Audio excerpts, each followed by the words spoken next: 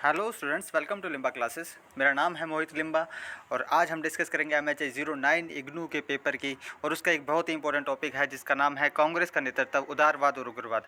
जैसे कि हम सभी जानते हैं कि जो उदारवाद और उग्रवाद, कांग्रेस के अंदर दो शाखाएं थी। अब देखिए, शाखाएं दो थी लेकिन लक्ष्य क्या था? भारत की आज़ादी। भारत की आज़ादी के लिए जो हमारे स्वतंत्रता सेनानी है लगातार प्रयासरत थे और उसी के लिए वो अपने अपने तरीके से प्रयास करते थे। तो उसी के आधार पर इन्हें दो भागों में बांटा जाता है। एक जो थे थोड़े लिबरल थे, थोड़े उदारवादी थे, जिसमें दादा भाई नौरोजी को हम पढ़ते हैं, ठीक है। और ये क्या करते थे? ये थोड़े प्रगतिशील टाइप के थे, प्रोग्रेसिव थे इन नेचर में।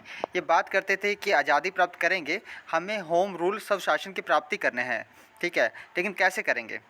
उसके इनके टारगेट थे, इनके जो लक्ष्य था उसको प्राप्त करने के लिए उन्होंने संवैधानिक तरीके चुने थे।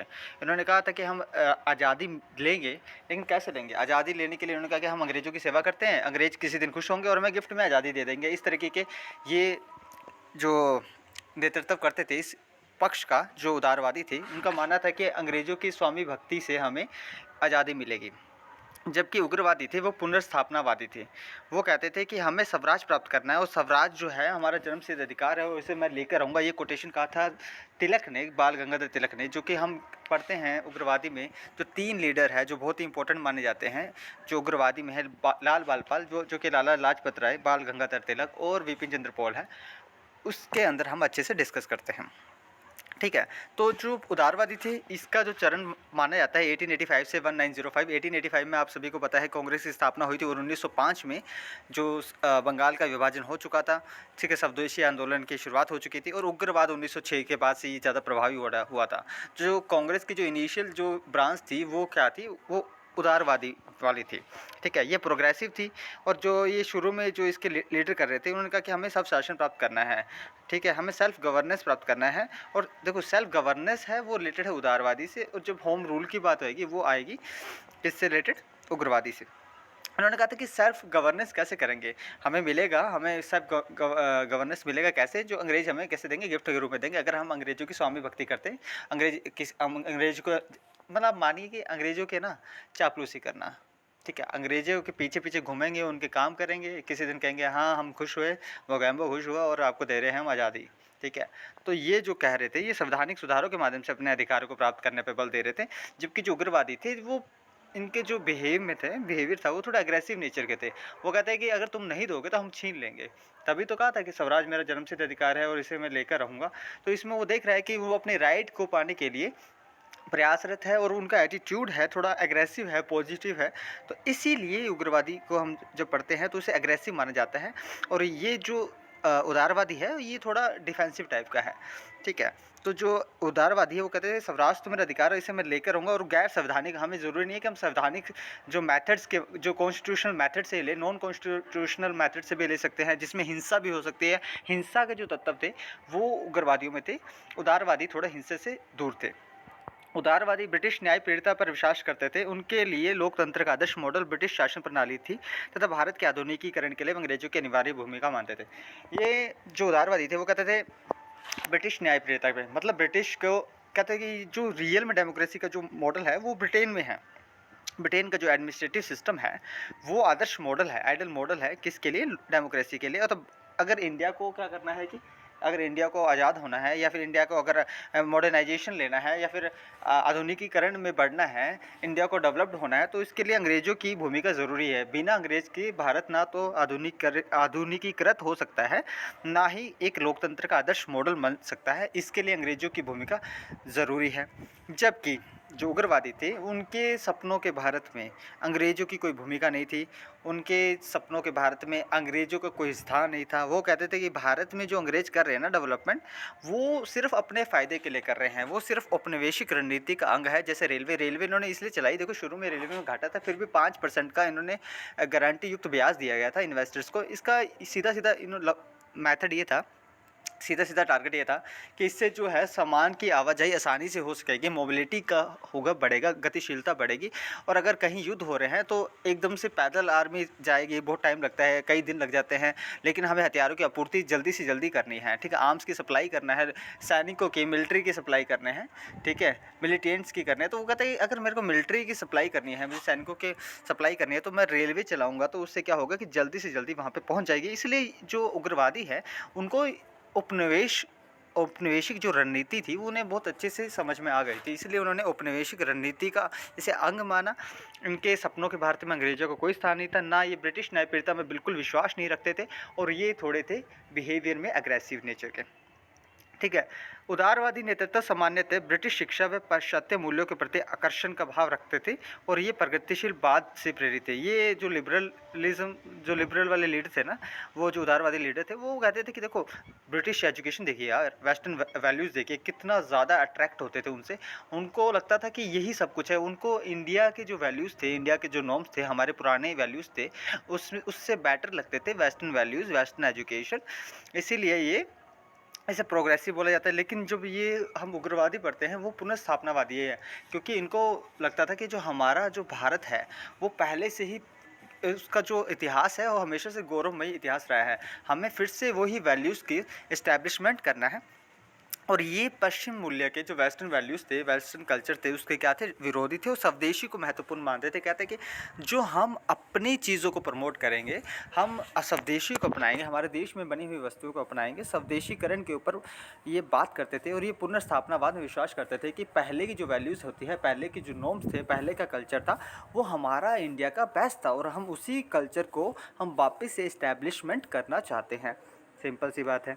अच्छा, उदारवादी उग्रवादी बोलता हूँ ना, तो उदारवादी में आप समझिए कि दादा भाई नौरोजी टाइप के लीडर थे, गोपाल कृष्ण गोखले टाइप के, जो कि उदारवादी थे, ठीक है। और जब मैं उग्रवादी कहूँगा तो आप समझिए लाल बालपाल, जो कि विपिन चंद्र पॉल है, लाला लाजपत राय है, और बाल गंगाधर तिलक है, इनकी बात कर रहा हूँ।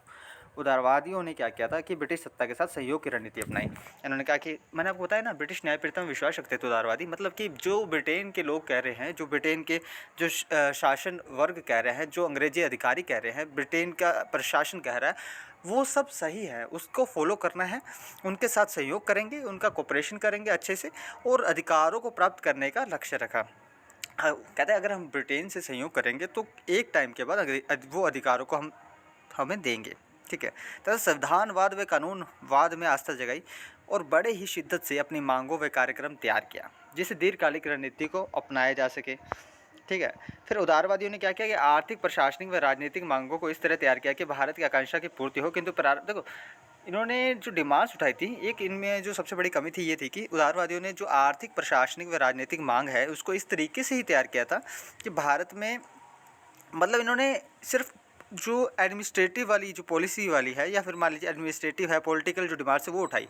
शुरू में जो सोशल डिमांड थी, लोगों की जो सोशल वैल्यूज़ थी, या फिर जो सोशल मांग थी, सोशल डिमांड्स थी, उसको नहीं उठाया, क्योंकि इससे उन्हें लगा कि अगर हम सोशल जो डिमांड्स उठाएंगे तो हिंदू मुस्लिम के बीच में, या फिर जो वर्ग विभेद हो सकता है कि मिडल जो इनकम वाला ग्रुप है, या गरीब है, या दलित है, या फिर इस टाइप के जो कॉन्फ्लिक्शन उभर सकता है, इसलिए इन्होंने क्या किया कि जो सोशल डिमांड्स को एक बार दरकिनार किया, और सिर्फ एलीट ग्रुप के, अब जाते जो वर्ग की, उनकी बात की।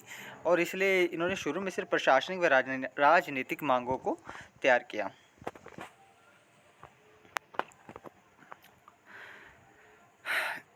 शुरू में इन्होंने ये हो गया, प्रशासनिक व राजनीतिक मांगों को उठाया, और उदारवादी अपने दौर के छात्र और शिक्षक दोनों ही थे, क्योंकि अभी उन्हें राष्ट्रीय संघर्ष की रणनीति को समझना भी था और लोगों को समझाना भी था। देखो ये वाली लाइन बहुत अच्छी है, आपको ये अपने आंसर में कोट करनी है कि उदारवादी अपने दौर में छात्र भी थे, शिक्षक भी थे, देखो स्टूडेंट भी थे, टीचर भी थे, क्योंकि इससे पहले ये कोई कर नहीं पाया था, इससे पहले ऐसा कोई मतलब आंदोलन उठ नहीं पाया था, ऐसे इससे पहले ऐसी कोई डिमांड्स, इससे पहले ऐसे ये स्टेप ये पहली बार हो रहा था पूरे भारत के जो स्वतंत्रता संग्राम में।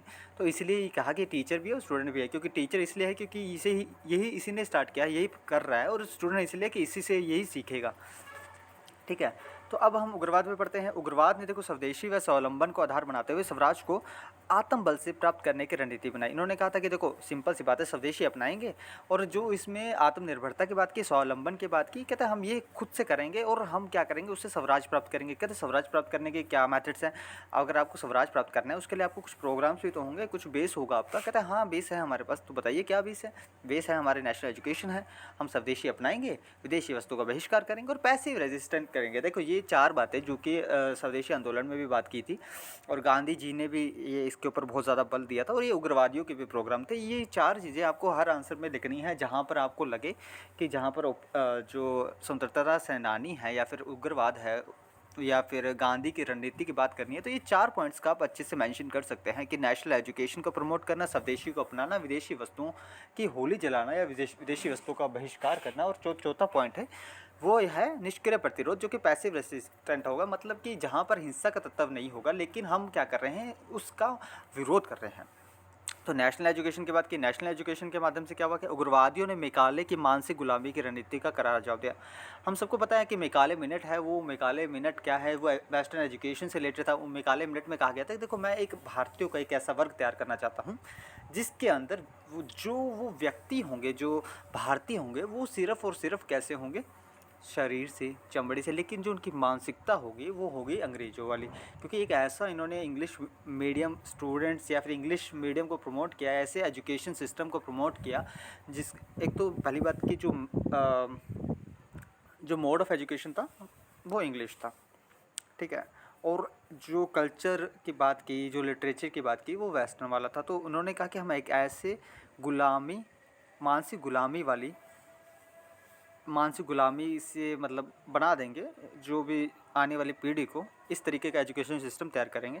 तो ये था मेकाले वाला। तो मेकाले का जो आप याद रखना मोड ऑफ मीडियम था एजुकेशन को, वो इंग्लिश वाला था। तो राष्ट्रीय शिक्षा के द्वारा उग्रवादियों ने मेकाले की मानसिक गुलामी की रणनीति का करारा जवाब देना चाहा तथा स्वदेशी व बहिष्कार की नीति के द्वारा न सिर्फ ब्रिटिश अर्थव्यवस्था पर चोट की बल्कि नैतिक व आत्मिक बल भी प्राप्त करना चाहा।